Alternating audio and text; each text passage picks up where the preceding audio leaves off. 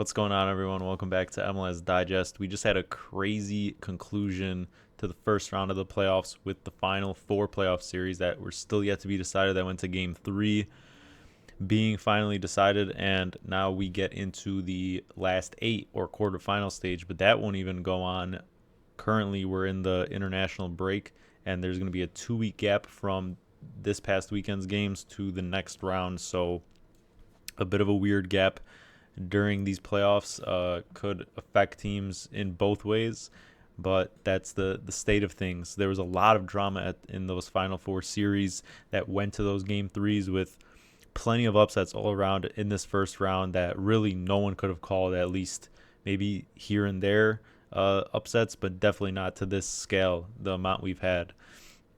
And that just sets up an insane rest of the bracket that is honestly almost anyone's guess who can win it. We're going to get into all those final four series that went to game three, recap those games, and get into some more league news as other teams who didn't make the playoffs or exited the playoffs early are already getting into their off-season transactions. So before we get into that, guys, please make sure to like the video below and subscribe to the channel. If you haven't already, you've been following the channel for some time now, please make sure to subscribe. It's really appreciated.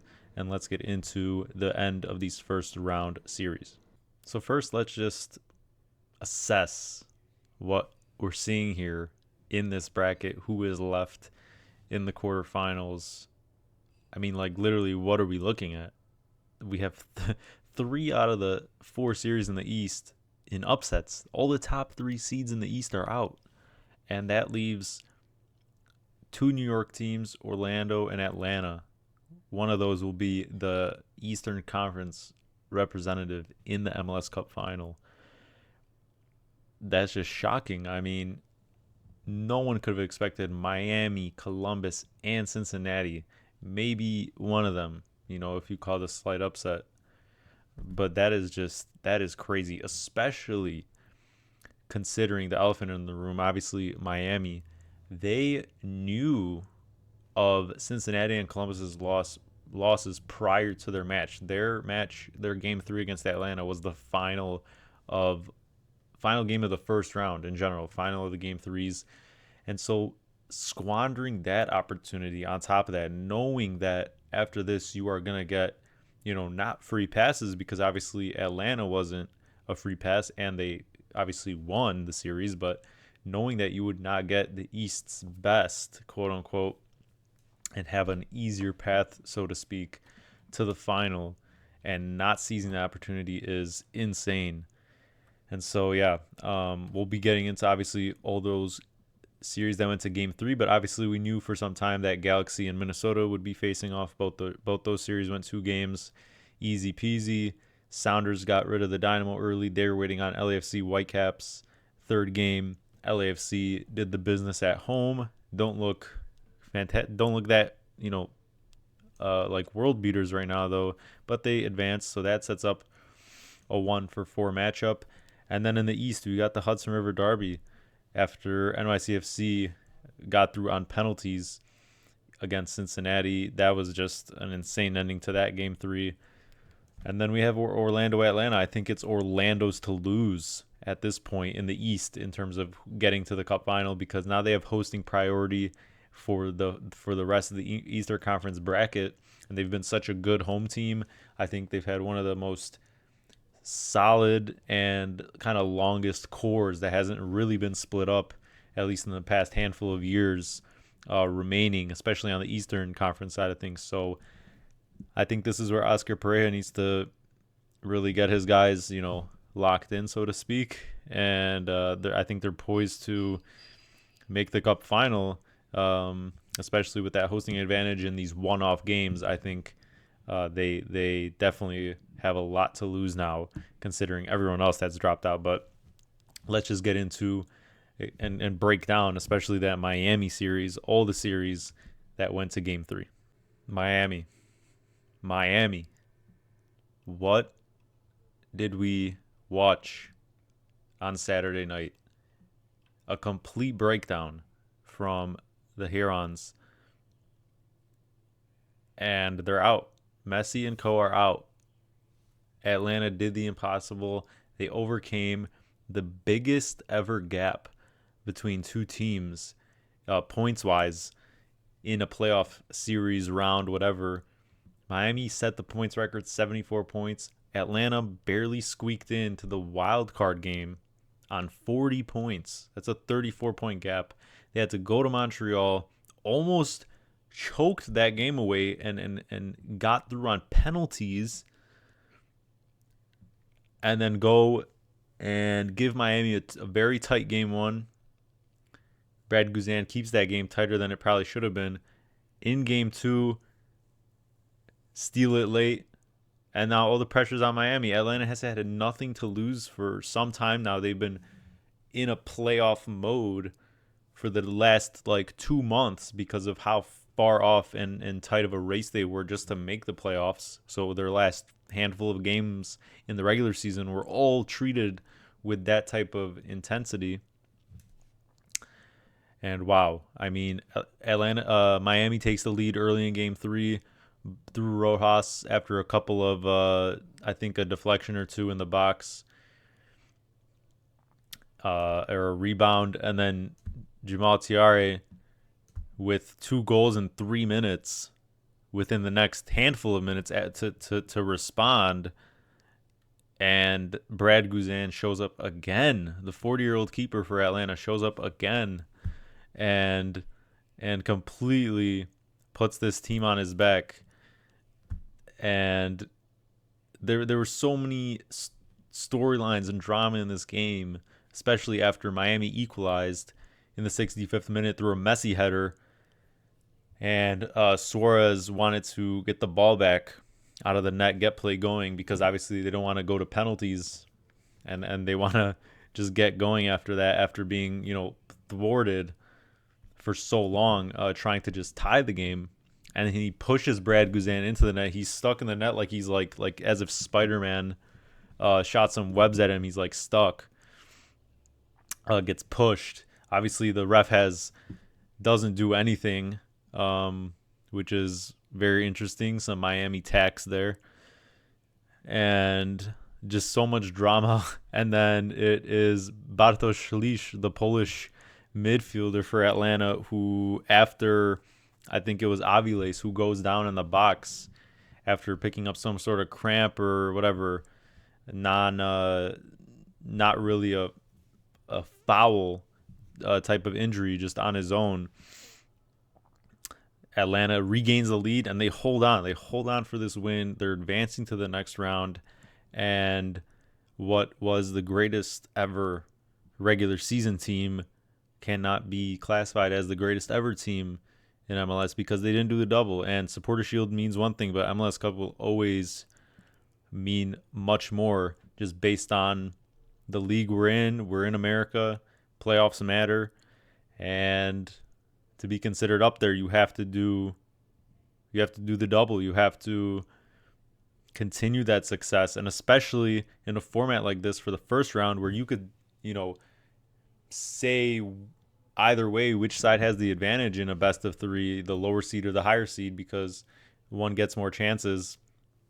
In this case, Miami couldn't figure them out. I mean, they barely scraped by in the one win they had in this series, and Atlanta really made it tough for them, and they exposed Miami's type of passing patterns. They've been so locked in, keyed into these passing patterns, and keyed in defensively as a group, that was really it. It was just about the energy, intensity, and once again, like I said, leading up to this game 3, man, Tata Martino's lineup decisions were just terrible. Honestly, you didn't even include Julian Gressel in this entire series.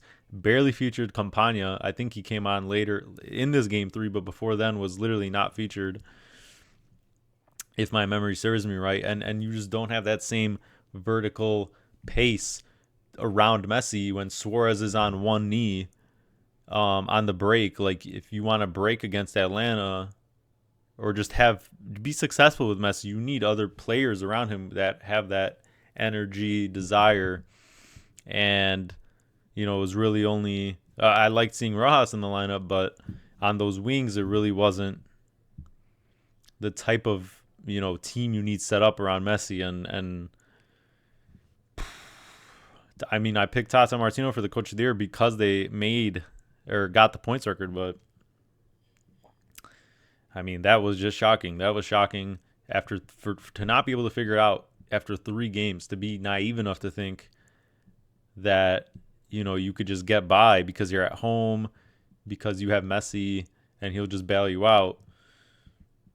I mean, the writing's been on the wall for this team for some time now. The defense has been god awful the whole year. They've obviously more than scraped by. They set the points record, but in every game it's been like they go down and come back. And in the playoffs, you're really playing with fire when it comes to that. So just absolutely insane. And a lot of interest in the league just went down because they're out Miami. So, but for the true lovers of MLS, I mean, this sets up some crazy matchups. Now we got to Hudson River Derby and Orlando Atlanta, which was the decision day where Orlando tied it in the final minutes, and that would have sent Atlanta back out, I think. But a VAR call overturned that, and then that's what put Atlanta in the playoffs. That win on decision day in Orlando. So just crazy scenes, and we'll see. Suarez says he wants to return next year. We'll see what happens in the offseason for Miami, but wow. I mean, this is nothing but a failure for Miami. Despite the regular season, it has to be classified as a failure. Orlando moved on to the next round after a shaky Game 3 in which Charlotte took the lead very late through Karol Świderski, who I've been on about as really not the guy, I guess, for Charlotte when it comes to these important moments, and he showed up off the bench. But there was a goal ruled out in the first half, late in the first half, by Patrick Agyemang with an insanely bad angle out of the camera crew and just the sight lines, I guess, that they were able to get. The ref on the field ruled it out offsides, and it couldn't be overturned because of those camera angles. It looked very, very tight, and Charlotte could have had a lead much earlier and maybe padded it, but they got this lead in the 81st minute through Świderski, and not much time for Orlando to equalize, but a lot of added time was added, and it was Duncan McGuire who went down very softly on a cross, and that led to a penalty for Orlando where Facundo Torres, the Charlotte killer, showed up once again. He did get his penalty saved by Kalina, but the rebound fell right back to him, and he was able to put it past him and tie it. And then this game went to penalties, and, well, in the end, it wasn't Kalina who showed up this time. In a sense, it was Galese, who started with kind of a shocker of a season with some really bad moments for Orlando as they started poorly in general and were towards the bottom of the East standings. But he's really been standing on his head, especially even before this game and the rest of the series. And they move on. They squeak by Charlotte. I mean, there's only so much sympathy you could have for Charlotte because they only scored 1 goal in the series. Granted, it was this very late, very timely, could have been winner in the 81st minute, and they were held scoreless before those 2 games. But yeah, they really couldn't do much offensively, and that's a risky game in the playoffs. Obviously, that's their identity, is that they're going to beat you 1-0, maybe a 2-0. But on the road, it's kind of, especially in a series like this, I think they were the more fortunate team to have this type of structure in the first round, because they could have just been bounced in 1 game like they did in that first game in Orlando. They gave them too much respect, and that would have been it. So they made this a very tight series. They played their style, and they died by it. I think they obviously it's very clear where they need some to bolster their roster. But for Orlando, I mean, everything's looking up. Like I said when discussing the bracket, this team has a solid front 3 or 4, a solid core. Galese's in form, obviously, and they're gonna host the rest of the the bracket in terms of the East as long as they advance. So the rest of these games are one-off games. I think Atlanta, as much of a high they're on, they're the much more physically drained team just based on the schedule they've had these past couple of months and that Miami series. But you have to make, I think for me, Orlando has to be the favorite in that series and in the East to come out of the East, not just because of the seed, but the way they've turned the season around, the way they've looked to earn that seed. And obviously it was a tight series in this one, and they just scraped by. But I think it's going to be a different type of game against Atlanta, and the rest of the way if they could make it in these one-off games. So credit to Orlando. They're moving on. For Charlotte's sake, Kalina did actually get awarded finally, officially, the goalkeeper of the year. So congrats to him. It was a fantastic season. Some of the best numbers, shot stopping wise, and everything else by the goalkeeper metrics. Some of the best in league history. So very well deserved. He kept them in this series in that second game PK shootout. And, he saved that Torres penalty at the end of game 3. Unfortunately, it fell right back to him, but you could only do so much. The attack just didn't support this defense this year, and that's part of the reason why they're probably always going to fall short, despite being a very likable dark horse pick. So Charlotte has some moves to make, I think, in the offseason, especially at the striker position, and Orlando gets to move on. They'll be facing Atlanta. The last of the 3 Eastern series that went to Game 3 was between Cincinnati and NYCFC.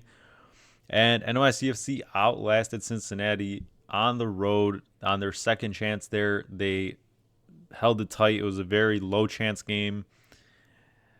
Maybe Cincinnati had the best chance of the game off a kind of deflection off a cross that fell to Orejano, but Matt Freese saved that one. But really a low eventful game.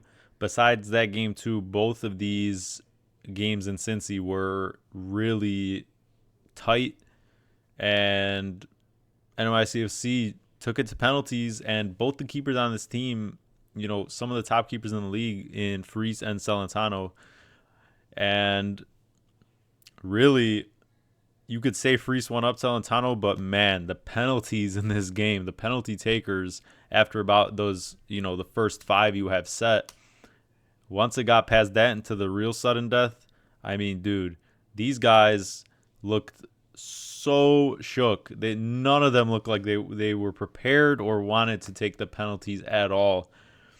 And there were a couple field goals above the crossbar, a couple just easily readable low shots, like just terrible penalties. Didn't make the keepers really do much.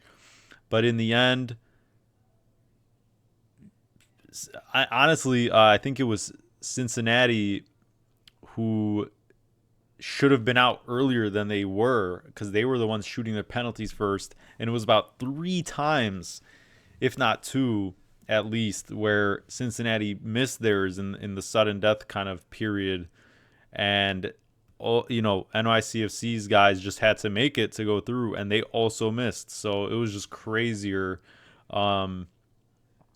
that NYCFC still, I guess, advanced because of how many times they were given a golden chance to clinch it, and they didn't. But, yeah, for Cincinnati, it's clear, like I've talked about, where their issues lie once again. It's in attack with their striker situation. They've been running basically wing backs at striker along with Kubo instead of, their younger guys such as Valenzuela, Kelsey. No one's really stepped up in that role.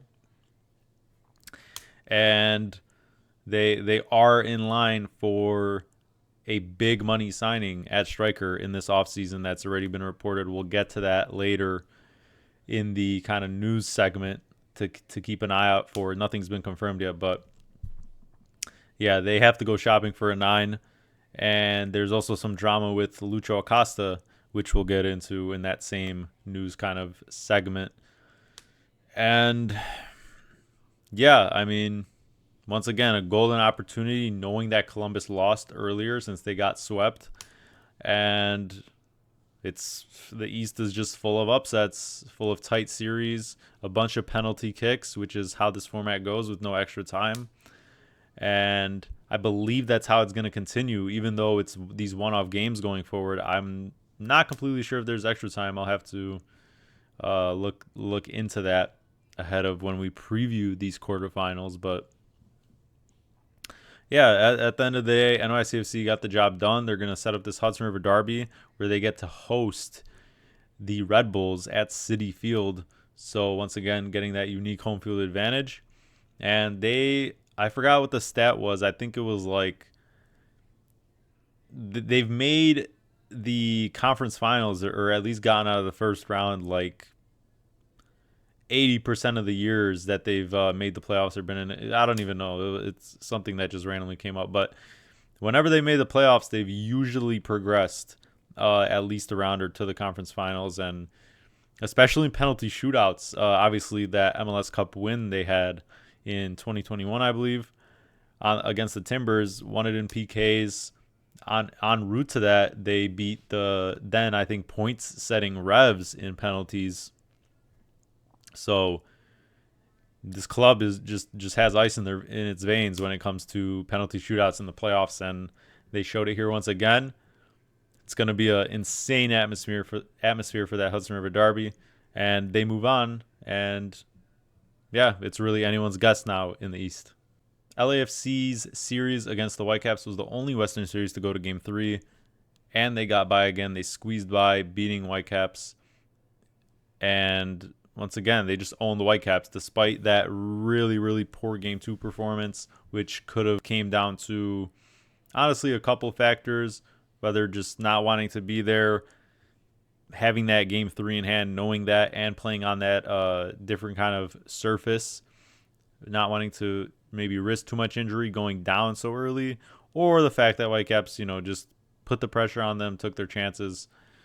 Could have been a variety of factors. But anyways, back here at home, LAFC has just done the business all year, whether it be blowouts or not.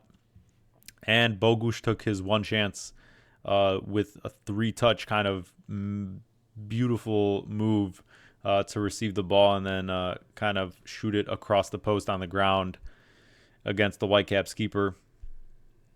And that was all it took. It was a tighter Game 3 than maybe imagined after the first 2 games, but that's just kind of the nature of the playoffs sometimes. And LAFC haven't really looked like world beaters, but they're still going to get this home field advantage throughout the playoffs as long as they advance. Now it's these one-off games. They get to host the Sounders, whose number they've obviously had.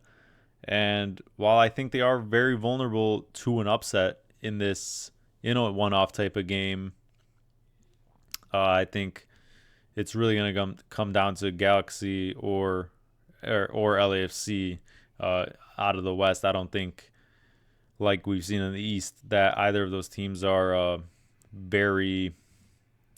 I don't think the other contenders or teams remaining in the West, their challengers, are really going to give them too much run for their money, especially being that they are at home. Especially with the break we're going to get, I think they'll recuperate. Obviously, also with this international break, we have to look out for all these players on duty, so have to make sure that they kind of stay healthy, don't maybe risk themselves too much. But nonetheless, Bogusz for LAFC has just been tremendous. I mean, 16 goals, 8 assists in MLS play, 20 goals total now actually in the entire season. That's including Leagues Cup and their playoffs. So a great campaign for him. He's certainly been getting some looks. He just got called up to the Polish national team once again, so it's very good for him. And besides Bouanga, he's really been the guy showing up because Giroud especially has been a ghost. It's a good thing he got benched in that Game 3. That probably contributed to this win more so than people might want to admit, but it might be the way forward if they really want to make a run to this cup with now the East side looking very, very weak. I think these Western teams are going to treat these Western games as their kind of MLS Cup final, especially if Galaxy and LAFC meet. That's like going to be the non-official MLS Cup final for the high seed type of matchup. So Congrats to LAFC, they move on. Might be a tighter game against Seattle, who's looked just as sound defensively, but at home, hard to bet against this team. For now, we wait the couple weeks before these quarterfinal matchups get underway. So moving on to some other news around the league, as most teams' offseason has begun. And the Union let go of Jim Curtin, their longtime head coach, around a decade or so with the Union. And it was their first time not qualifying for the playoffs since 2017.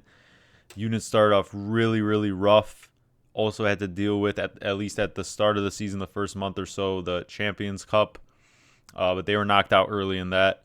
And they also, sold a bunch of players this season at different points in the season, but the main one being one of their top strikers in Julian Carranza, who's now at Feyenoord over in the Dutch league. And although Ty Baribo really, really stepped up this season to fill that gap, that loss of Carranza, among with others like Martinez and Damian Lowe, was basically insurmountable in terms of making the playoffs, even though it is, easier to make the playoffs now in MLS. But nonetheless, for me, this is a crazy decision. Curtin has been definitely one of the best coaches around this league. Got this team to the MLS Cup final just a couple years back. They lost on penalties to LAFC and also won the Supporter Shield in his time with Philly. They've been a mainstay in the playoffs despite having one of the lowest budgets in the league. They rely a lot on their youth system. Philly definitely has one of, if not the best youth systems in MLS. And that's how, Jim Curtin has produced these results despite all these kind of hindrances and the ownership not really willing to spend so much money. And so he's done the best he could, I think. I don't know if anyone could do what he does if this type of ownership continues, because there were clearly disagreements between the ownership and him. And in this final year, based on the reports, they weren't really talking much in terms of an extension or anything like that. There was a lot of just miscommunication, I guess, and disagreement about how to go forward, how they wanted to approach spending on the first team. And so, for the first time basically in about 7 or 8 seasons, Union don't make the playoffs, and they fire Curtin as if like anyone could really do better than him. In my opinion, I don't think they could. So I think there's a lot of teams, even the ones that had these interim coaches mid-season, who are looking for a manager like this and are going to be really keeping an eye out on him, because I'm sure he wants to go, continue coaching. And there is now that it's kind of perfect timing, because like he can take a small break since it is the off season, and then kind of get going again instead of taking a break and not wanting to join a team when it's mid-season. So once again, I think he's one of the top coaches in MLS for sure. He's done so much with so little. And a team like Atlanta United, who, even though they are still in the playoffs and their interim coach Valentino, led them to this crazy upset over Miami, that I think that could be a good destination for him. And the Earthquakes, I was going to get to, could have used him, but now they did sign a different coach who we're going to get to in this next segment. But I think there's a lot of teams. I mean, there's a lot of still really bad teams in MLS who could do with a very good coach. And I'm sure he will probably want to go now to a bigger spender, a bigger market. And Atlanta is just one that pops out for me. But it might be tough, like I said, with Valentino pushing this playoff charge and that huge upset. So he might have his own case to stay along there. But we'll see what happens. I think this is the wrong decision out of the Union ownership, but I guess push came to shove, and that's what we're left with. I hope he goes to a bigger market, and he should definitely continue to, get coaching opportunities in this league. So in other coaching news, as I alluded to, the Earthquakes got their man, and it's Bruce Arena. He's coming back to MLS after a bit of a hiatus from being with the Revs. This is the most winning coach in MLS history. He's won multiple, cups. And before this season, where Miami just broke the points record, his last stint in New England was where he broke the points record then with the Revs for 73 points and got them the Supporters' Shield, even though they did crash out in the playoffs. Success has basically found him, gone with Arena everywhere he's went. And, this is a tough task here for the Earthquakes team that was obviously wooden spoon winners, worst team in the league points-wise.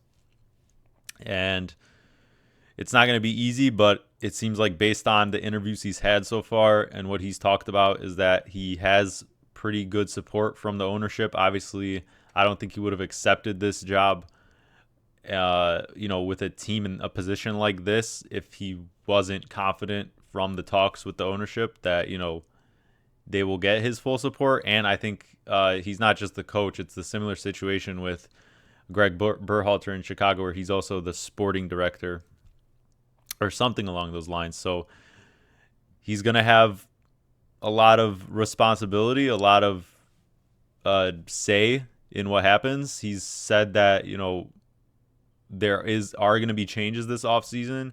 It just depends, how much can be done in this one offseason window. But there's certainly a core or, 2 to 3 players in San Jose in terms of the attacking side of things where I think you can really build around.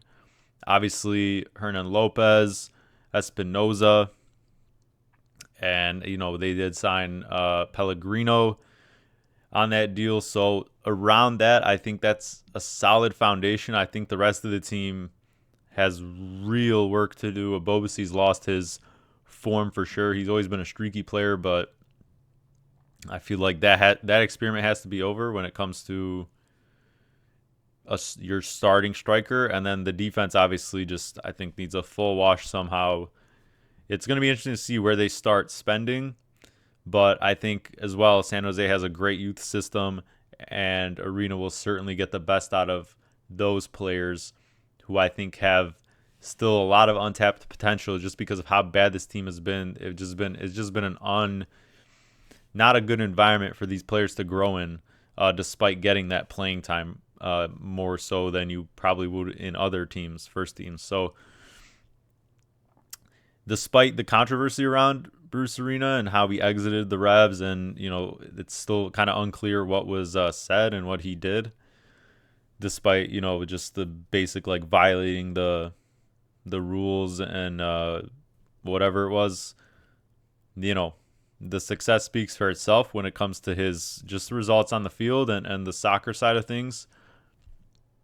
And I'm sure San Jose will be thrilled to have him in terms of just the attitude he brings, what he's going to demand out of these players. And San Jose is really one of those teams that needs this kind of coach to just take them to the next level, be thought of as a more serious MLS club. And yeah, we'll see if this ownership and Bruce Arena, can put their money where their mouth is and get some good signings in the offseason to maybe, just at least get towards looking like they might be in contention for the playoffs, because that's a good building block to start with. Moving on to Sporting Kansas City, which has basically announced the bulk of its roster turnover and how the team's going to at least a baseline look going into the next season. And that includes some tough departures in terms of these fan favorites. Johnny Russell, Tim Melia headlining those kind of departures after long stints with the clubs. And, as a KC fan, as an MLS fan, these are basically the guys you think of when it comes to KC. They've had such long careers there, but it's clear that, this is not the way forward. These guys are in their late 30s, and, something has to change because this team has had 2 back-to-back very poor seasons. I know they turned it around at the end of the previous season and then upset St. Louis in the playoffs. but at the very least, two super poor starts to the last two seasons, and then obviously this season, a bottom five team in the entire league. And honestly, for me, like I've been saying all season, is that it's that Vermees has to go, if anyone. But it looks like he's staying, and the changes are being made in the personnel, like player personnel side of things. So still, I think these are tough decisions that have to be made, but I think it's a good, building block for the future. We have to see who they sign in replacement, what Vermees does. Vermees did say that they want to go out and spend on a number 10 DP type of player, which is obviously a big need for them. Defensively, they also have been super, super shaky, which obviously contributed to their low standings. But yeah, I mean, at some point, this had to be done. I think Vermees going, for me, would have been, it would have complemented this much more, in terms of, maybe rebuilding and just starting a new era.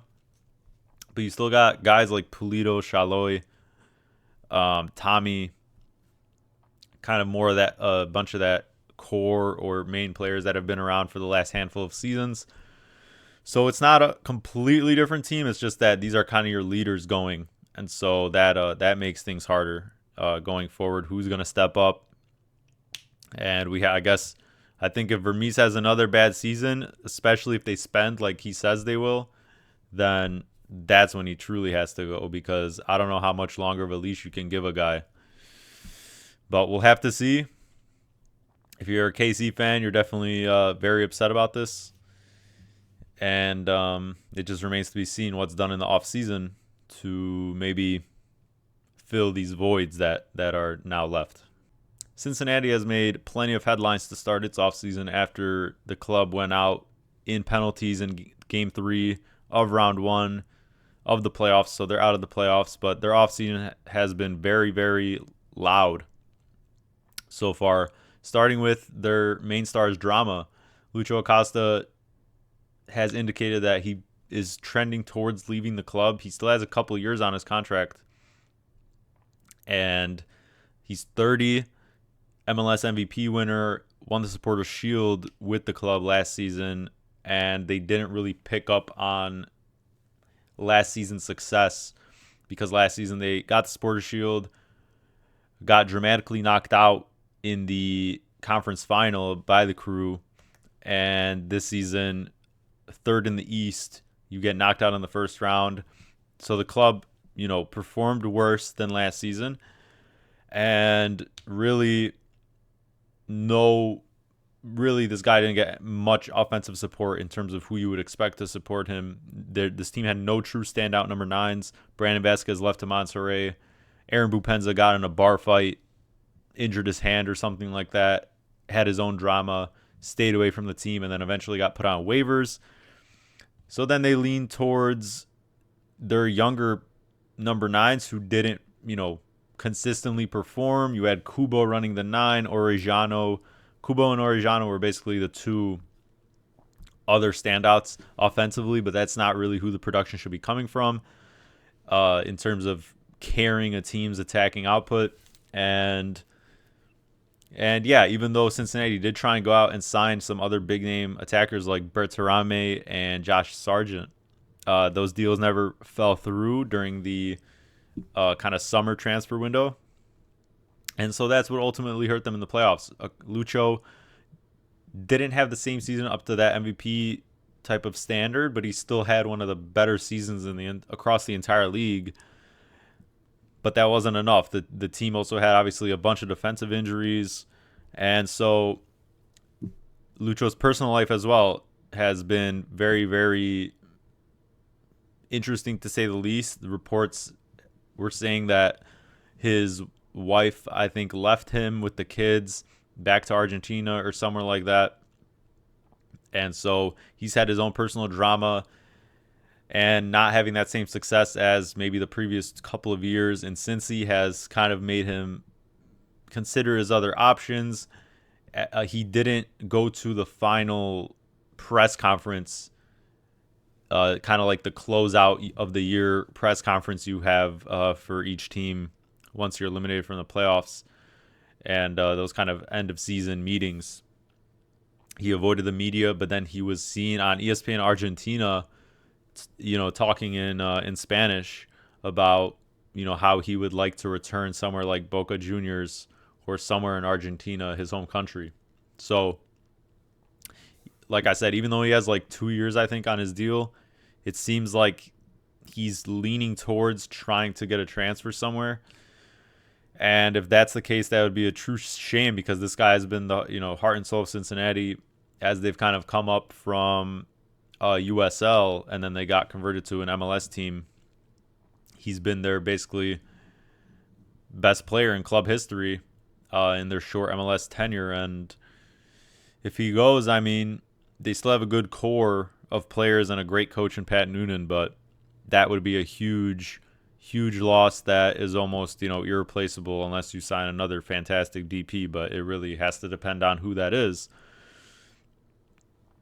And so it remains to be seen. It's only the beginning of the offseason, but I'm sure Cincinnati, if he really wants to go, he's going to probably try to get that pushed as soon as possible, because that's kind of just how it goes. But moving on in Cincinnati news, as you see from our guy Tom Boger here, they're trying to again go for a big money 9. This time Kevin Danke, who's been killing it in the Belgian league, Cercle Bruges. This guy has just been on fire in the last 2 seasons. He's still super young, and like he's reporting here, would be one of, if not the highest transfer fees in MLS history. And for me, I think it's a very good signing. The Belgian league is pretty up there in my opinion, and we've seen Kuipers come to the Fire. I'm personally a Fire fan. If you follow the channel and you know about that, you would know I'm a Fire fan, and Kuipers has pretty much been a very solid 9. He hasn't fixed the entire club for the Fire, but he's done his job. I think he's performed really well, and it's not really completely on him that they missed the playoffs. I think he's been a pretty serviceable striker, probably one of the better signings in recent Fire history when it comes to DPs. So Dinky's much younger as well. Good profile, and Cincinnati has missed on a lot of their number 9 signings, and not gotten it through the door. But I think they have time here. They have the whole MLS offseason, and they clearly have the money, because they've been bidding some prices like this for players like Bertarame, like I said, and Sargent. So I think this has good potential, and this would be up there with a good, even though it's not the same position.